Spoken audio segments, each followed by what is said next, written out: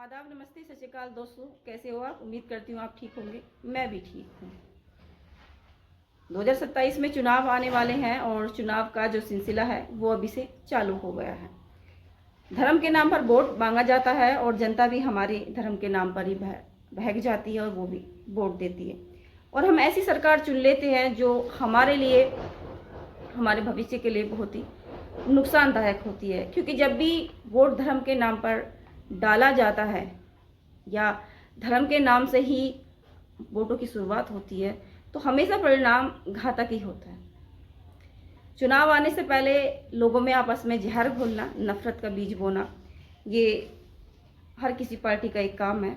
राजनीतिक रोटियां सेकना और उन पर अपनी राजनीति करना, ये आम बात है, हमारे देश में ही चलता रहता है। खैर, हम इस टॉपिक पर हम इसलिए बताया क्योंकि जो चल रहा है, जो हम देखते हैं, क्योंकि जहाँ पर हमारे देश में भाईचारा जिंदा रहे, लेकिन कुछ राजनीतिक पार्टियाँ इस भाईचारे को ख़त्म करने के लिए अपनी धर्म की राजनीति शुरू कर देते हैं। ये चलता रहेगा हमेशा से, क्योंकि शिक्षा का अभाव जब कम रहेगा तो हमेशा ये चीज़ें चलती रहेंगी। लेकिन जहाँ पर शिक्षा का अभाव बढ़ता रहेगा तो लोग धर्म के नाम पर ना वोट देंगे और ना धर्म की बात कहने वाले पर विश्वास करेंगे। इसलिए शिक्षित होना बहुत ज़रूरी है और चुनाव आने वाले हैं, इसलिए भाईचारा जिंदा रखना बहुत ज़रूरी है। कभी भी किसी की पार्टी में बहकावे में आकर ऐसा कोई शब्दों का इस्तेमाल ना करें जिसकी वजह से हमारा भविष्य पर, कभी भी किसी के बातों में आकर कभी भी अपना भाईचारा ना ख़त्म करें। वो हमेशा ज़िंदा रहना चाहिए, क्योंकि भाईचारा अगर ज़िंदा है तो इंसानियत ज़िंदा है। इंसानियत हमेशा ज़िंदा रहनी चाहिए। आज हम दोस्तों जिस टॉपिक पर आज हम बात कर रहे हैं, ये टॉपिक बहुत ही अहम है, क्योंकि कहते हैं पति पत्नी का रिश्ता बहुत विश्वास का होता है। इस रिश्ते में जितना विश्वास होगा ये रिश्ता निभाना उतना ही आसान होगा।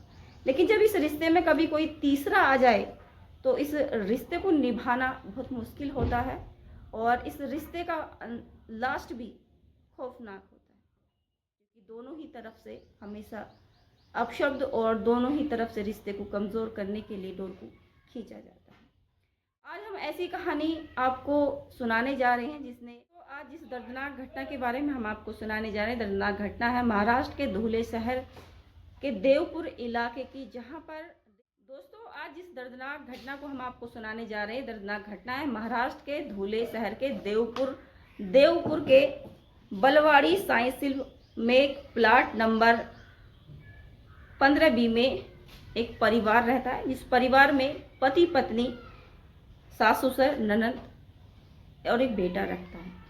पति फौज में रहता है लेकिन छुट्टी पर वो घर आया होता है। घर में किसी बात को लेकर विवाद होता है और विवाद बहुत ज़्यादा होता है। विवाद होता है कि जो फौजी पति है उसका किसी और पत्नी से उसका संबंध है, अवैध संबंध है, जिसकी जानकारी उसकी पत्नी को होती है। वो उससे बात करती है। इस बात के बीच में वो आपस में जो पति है, फौजी पति है, वो उससे झगड़ा करने लगता है। वो कहता है हाँ है, लेकिन इससे तुम्हारा क्या मतलब, मैं तुम्हें छोड़ सकता हूँ लेकिन उसको नहीं छोड़ सकता, तुम्हें रहना है रहो, नहीं रहना है मत रहो। लेकिन उसे बार बार इस बात का भी था कि पत्नी के होते हुए वो दूसरी शादी नहीं कर सकता। पत्नी जो थी वो उसकी सबसे बड़ी रुकावट थी। उसने एक प्लान तैयार किया हुआ था कि वो अपने पत्नी की हत्या कर देगा और हत्या इस प्रकार करेगा जब किसी को शक भी ना हो, शक ना हो, और उसकी हत्या को आत्महत्या वो दिखाएगा। वो अपने परिवार से बात करता है, अपने माँ बाप से बात करता है, बहन से बात करता है और कुछ लोगों से वो बात करता है, जिसमें सलाह मशवरा उसको दिया जाता है कि वो अपनी पत्नी को जहर का इंजेक्शन लगा दे, जिसकी वजह से उसकी मौत हो जाएगी और मौत को हत्या हो जाएगी और हत्या को आत्महत्या वो दिखा देंगे। 10 मई 2025 की बात है कि घर में विवाद हुआ और फौजी पति ने अपनी पत्नी को परिवार के लोगों के साथ मिलकर उसको कीटनाशक इंजेक्शन, जहर का इंजेक्शन लगा देते हैं, जिससे पत्नी बेसुध होकर नीचे गिर जाती है। वो मदद मांगती है कि उसके साथ ऐसा अनर्थ ना किया जाए। वो जीना चाहती है, अपने बेटे के लिए जीना चाहती है, क्योंकि पूजा का एक बेटा है 7 साल का, जिससे वो बेइंतहा प्यार करती है। पूजा पढ़ी लिखी एक खूबसूरत लड़की थी, लेकिन पति को अपनी पत्नी को लेकिन फौजी पति को अपनी पत्नी को रास्ते से हटाना था। बस इसी वजह से उसने उसकी हत्या की। पूजा जब बेसुध होकर नीचे गिर जाती है, उसके मुंह से झाग आने लगता है, उसका शरीर नीला पड़ने लगता है। वो तड़फती है, मदद मांगती है सबसे, लेकिन कोई उसकी मदद नहीं करता।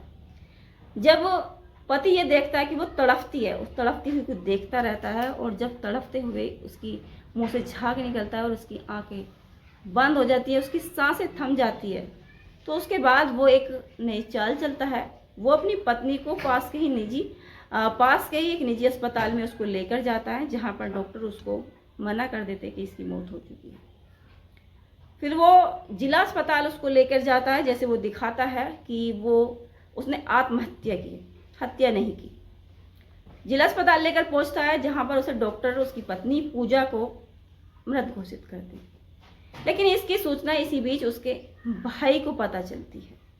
भाई वहाँ पहुँचता है, देखता है कि उसकी बहन के मुंह से झाग था, बॉडी नीली पड़ रही थी। वो समझ चुका था कि उसकी जो बहन है उसने आत्महत्या नहीं करी, बल्कि हत्या उसकी की गई। वो पुलिस को सूचना देता है, पुलिस पहुंचती है, सबको कब्जे में लेती है और उसे पोस्टमार्टम के लिए भेज देती है। पोस्टमार्टम की जब रिपोर्ट आती है तो उस रिपोर्ट ने सबको हैरान कर दिया। जब उसके परिवार को पोस्टमार्टम की रिपोर्ट के बारे में पता चलता है तो माँ बाप परिवार के पैरों तले जमीन खिसक जाती है।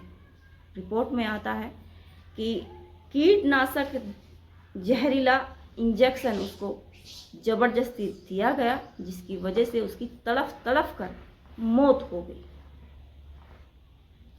ये एक फौजी पति ने अपनी पत्नी को रास्ते से हटाने के लिए और अपनी प्रेमिका से शादी करने के लिए ये अपराध किया।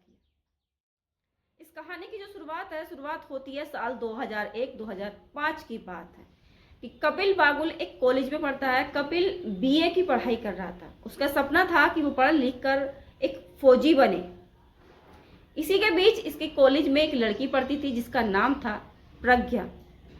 दोनों एक दूसरे को पसंद करते थे, शादी करना चाहते थे, लेकिन परिवार इस शादी को रजामंद नहीं था, क्योंकि कपिल कोई जॉब नहीं करता था। वो बीच में ही उसका जो कैरियर है वो बीच में ही था, लेकिन अधूरा था। कपिल का सपना था कि वो फौजी बने। वो प्रज्ञा से कहता है कि मैं तुमसे शादी करना चाहता हूँ, लेकिन इसके बीच तुम्हें मेरा वेट करना पड़ेगा। मेरा सपना है कि मैं फौजी बनूँ, उसके बाद ही मैं तुमसे शादी करूँगा।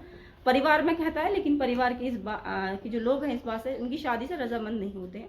वो साफ साफ इनकार कर देते कि मुझसे शादी नहीं करेंगे तुम्हारी। कपिल ने उस कॉलेज से बीए की परीक्षा पास करता है और कॉलेज से वो निकल जाता है। उसके बीच उसकी फौज में नौकरी लग जाती है। दोनों, लड़का और लड़की दोनों अलग हो जाते हैं। लड़की के परिवार वालों को जब इसकी पता चलता है कि उनकी बेटी किसी दूसरे समुदाय के लड़के को पसंद करती है, उसे शादी करना चाहती है, लेकिन जो लड़का है वो चाहता है कि वो फौजी बने और उसके बाद ही वो शादी करेगा, इससे पहले वो शादी नहीं करेगा। उनका जो परिवार है वो इस शादी को पसंद नहीं करता। तो लड़की के परिवार वाले अपनी बेटी की शादी साल 2007 में कहीं और तय कर देते हैं। लड़की की शादी हो जाती है और लड़की के 2 बेटी होती है। एक बेटी की उम्र इस वक्त लगभग 17 साल है, दूसरी बेटी की उम्र लगभग 13 साल है। प्रेमिका है प्रज्ञा, उसने बीएससी और एमए उसने किया है, लेकिन उसकी शादी उसके जो परिवार है उसकी शादी किसी और अपने ही समुदाय के लड़के से वो शादी कर देते हैं। उनकी 2 बेटियां होती हैं। एक बेटी की उम्र लगभग 17 वर्ष है और दूसरी बेटी की उम्र लगभग 13 वर्ष है। 2007 में प्रज्ञा की शादी हो जाती है और 2010 में जब कपिल फौज में सेलेक्ट हो जाता है तो उसके परिवार वाले किसी और लड़की से शादी कर देते हैं जिसका नाम होता है पूजा। पूजा देखने में बेहद खूबसूरत थी और बहुत पढ़ी लिखी थी।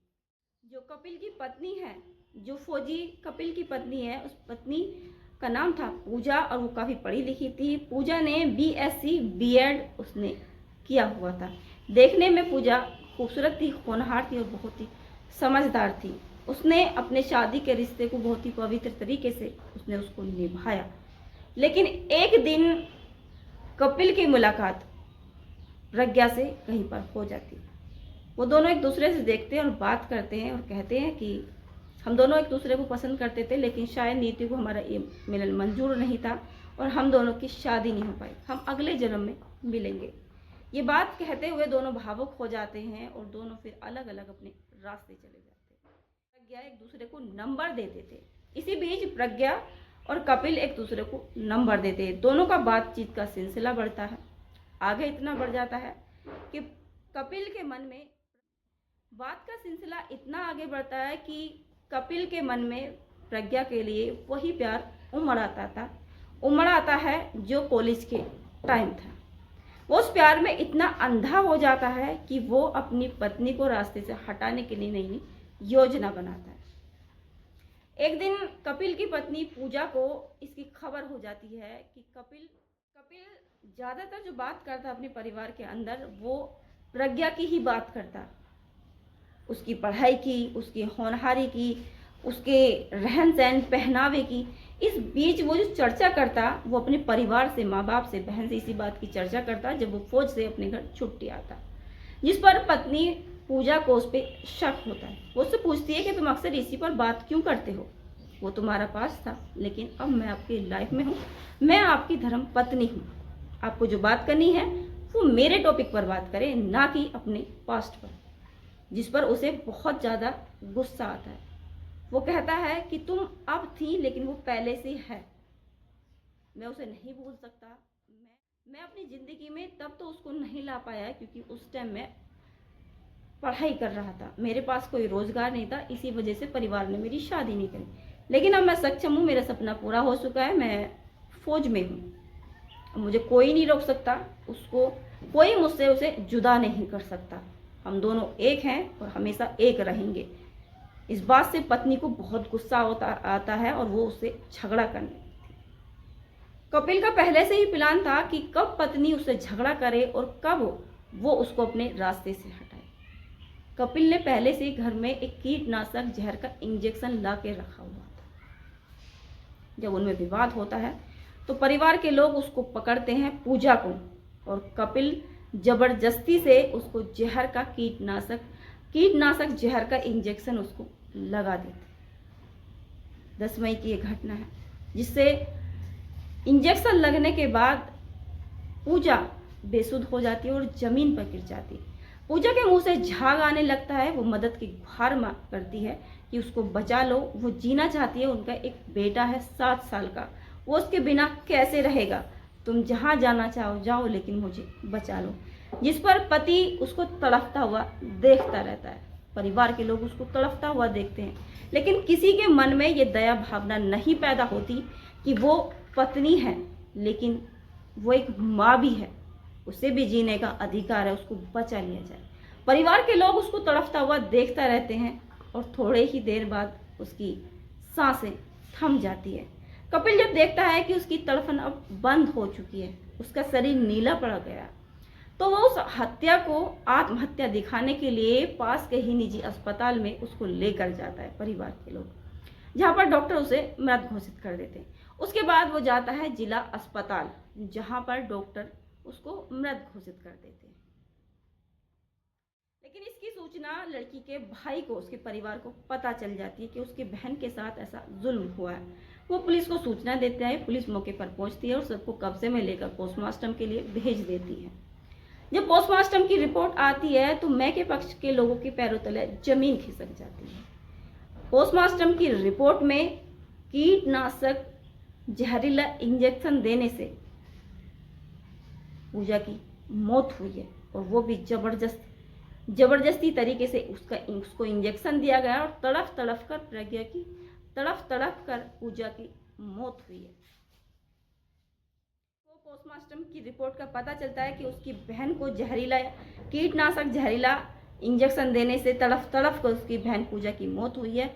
तो वो ससुराल के जो लोग हैं, फौजी पति कपिल बागुल देवपुर पुलिस स्टेशन जाता है और कपिल बागुल और ससुर बुद्ध बागुल, सास विजय बागुल और नंद रंजना धनस्य और कपिल की जो प्रेमिका है प्रज्ञा, उसके खिलाफ थाने में जाकर FIR दर्ज कराती है। होने के बाद पुलिस सख्ताई के साथ कार्रवाई करती है और आरोपी पति कपिल बागुल को गिरफ्तार करती है और उसके 4 साथी को भी पुलिस गिरफ्तार करती है। जो कपिल की जो प्रेमिका है, जो उसका पति है, वो उसको तलाक देना चाहता है क्योंकि उनका जो रिश्ता है वो तलाक तक पहुंच चुका है। क्योंकि प्रज्ञा के ही लिए कपिल बाबुल ने अपनी पत्नी की कीटनाशक जहर से उसकी हत्या की। चारों सलाखों के पीछे हैं। ये घटना 10 मई 2025 की है, लेकिन ये घटना जो सामने आई ये 31 मई 2025 को सामने आई थी। सवाल ये उठता है कि क्या कभी पूजा को इंसाफ मिलेगा या उसके हत्यारे कुछ समय बाद फिर खुलेआम घूमेंगे। दोस्तों, सवाल ये उठता है कि तो क्या कभी पूजा को इंसाफ मिलेगा? क्या आपने कभी किसी को तड़पते हुए देखा है? अपनी राय कमेंट बॉक्स द्वारा जरूर बताएं। वीडियो पसंद आए तो हमारे चैनल को सब्सक्राइब करें, वीडियो को ज़्यादा से ज़्यादा शेयर करें। मिलते हैं फिर एक नई सच्ची क्राइम स्टोरी के साथ हर रात 8 बजे। तब तक अपना ख्याल रखिए, अपने परिवार का ख्याल रखिए। खुदा हाफिज।